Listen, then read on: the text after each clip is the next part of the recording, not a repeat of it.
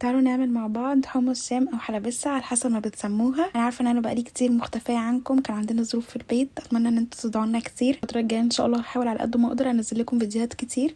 قبل ما نبدا ما تنسوش تعملوا لايك وشير للفيديو وسبسكرايب للقناه. معايا حوالي نص كيلو من الحمص نقعاه ليله كامله، كل ما هيتنقع اكتر كل ما هيستوي اسرع. ومعايا عصير طماطم متصفيه حوالي 2 طماطم، ومعلقه توم كبيره، والبهارات بتاعتي معلقه بابريكا ومعلقه ملح ومعلقه صغيره توم باودر وبصل باودر ونص معلقه كمون. هنجهز حله على النار نكون مسخنينها كويس. هنزل على طول بالحمص، وكمان نزلت بعصير الطماطم ومعلقه الثوم كله مع بعض عادي، بس كده كده الميه سخنه وانا مسخناها.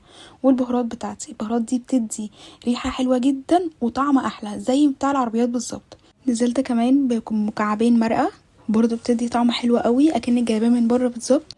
هنقلب بقى كل المكونات دي ونسيبها لحد ما توصل للمنظر اللي انتوا شايفينه ده. بتكون غلت. نزلت بمعلقه صلصه.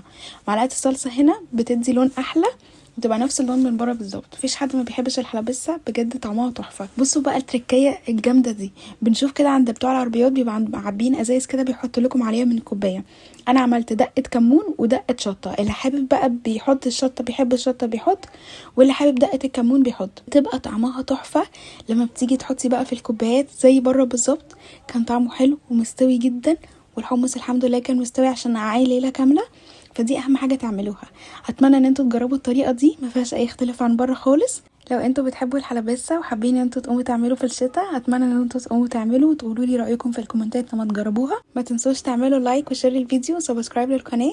اشوفكم الفيديو اللي جاي. باي باي.